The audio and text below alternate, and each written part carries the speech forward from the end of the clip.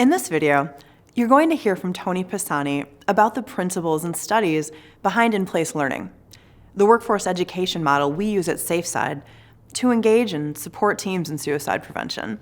Before I turn it over to Tony, I want to tell you why this matters to me as an advocate and consumer of mental health care.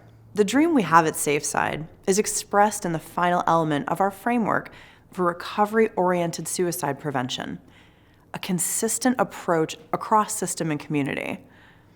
The dream is that no matter where a person interacts with health and human services, they will find teams, systems, and teams across systems that are on the same page with suicide prevention, engaging with common language, best practices, and deep commitment to recovery. A diverse workforce in diverse locations with diverse populations united around a common set of life-affirming principles and practices. That's zero suicide. That's SafeSide. And it's a vision to keep in mind as Tony shares the studies and experiences that led to InPlace Learning. Well, there's a real challenge for zero suicide, which is to unite a diverse and ever-changing workforce that might be geographically dispersed, working with all kinds of different groups and cultures, uniting them around a common set of principles and practices for zero suicide. That challenge has been motivating me and the SafeSide team for the past several years. After several years of work in the field, I synthesized experiences from research and training into 5 criteria that we would need to have in order to have a workforce education model that would support zero suicide. The first is that we want high quality, expert instruction with high fidelity to the content as it's been developed and tested. Next, ongoing interaction with an expert, group interaction and experience. So if we're going to have a culture change, there needs to be conversation and working on things together. Fourth, it had to be scalable and sustainable if we're going to make a difference. And finally, a way for local staff to take ownership over the content and material of training. So with those 5 criteria in mind, I looked at the existing landscape of different educational models that we could use. First, individual online learning. That has some real advantages. First of all, you can get high quality online learning at this point, and fidelity is perfect. Online learning is also sustainable and repeatable, so it has a lot of things going for it, and I'm seeing new studies showing good effects from online learning all the time. The problem is that you don't have that interaction. And often, online learning is sort of on one corner of the screen when we're doing other things on our computers. And I didn't want suicide prevention to be that way. And then there's expert workshops, and I did my share of those. And obviously, you have that expert instruction there. And you can have really good group experiences. An experienced trainer can really get a group engaging and practicing and really quite excited by the end of a workshop day. But this really isn't a sustainable model. And there's often not ongoing interaction. Plus, there's new people joining the workforce in the very next week, and what are they going to do? And then there's a train the trainer model. And that has some advantages. You can have a live group experience. Sometimes it involves training local staff, and so you do get some engagement there.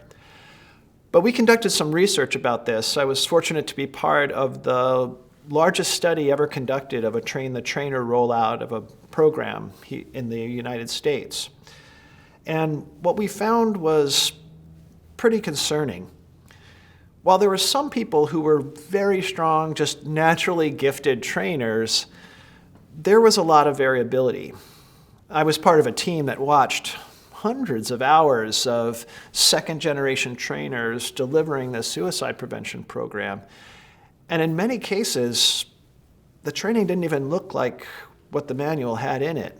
On average, about 60% of the material was delivered with pretty varying ranges of competence. Other studies by one of my colleagues also showed that this is a pretty risky model because you might spend a lot of resources training second-generation trainers, but many of them don't go on to do very many training. So I set about trying to bring the strengths of these different models together, and that's what brought us to InPlace Learning, which is online learning you do as a group, along with ongoing support and engagement. InPlace Learning begins with video-based instruction and demonstration. So there's teaching through a model, demonstration of skills, but then turning it to the group and offering them the opportunity to think about, okay, well, but how do those skills apply in my local setting? That way, the diversity of populations and settings and roles can be accounted for by that group discussion. This video-based instruction doesn't require a formally trained leader, just a participant facilitator. In our programs, we offer a 5-minute video orientation for that person, and that's all they need for their role. A facilitator advances the videos and tries to keep a group on time with their discussions. A little timer shows up on the screen that tells the group about how long they should discuss or practice something. And keeping to that is actually the hardest part. In a study led by one of my colleagues at the University of Rochester, we validated this facilitated video learning in a study with substance use counselors learning suicide prevention skills. This video-based instruction is positioned from the very beginning as really being a starting place. We emphasize to people starting this training that today is the start. Your group will be discussing and practicing based on these videos, and then you'll be engaged in an ongoing learning program. That's where virtual office hours come in. Staff and organizations engaged in InPlace Learning can jump on brief video-based calls to share feedback, ask questions, and even hold the trainers accountable. Updates and refreshers are the final element of InPlace Learning. You know, best practices are changing all the time in zero suicide care. There's new studies, there's new ways that people are finding to think and teach about things, and we want to have an ongoing approach to learning. So a few times a year, an InPlace Learning program will send out refreshers to re-engage, to stimulate, to say, hey, something new is here, or an aspect that we may not have covered in the original training. We're going to bring out now that you had a chance to practice with a framework or certain skills. So that's InPlace Learning.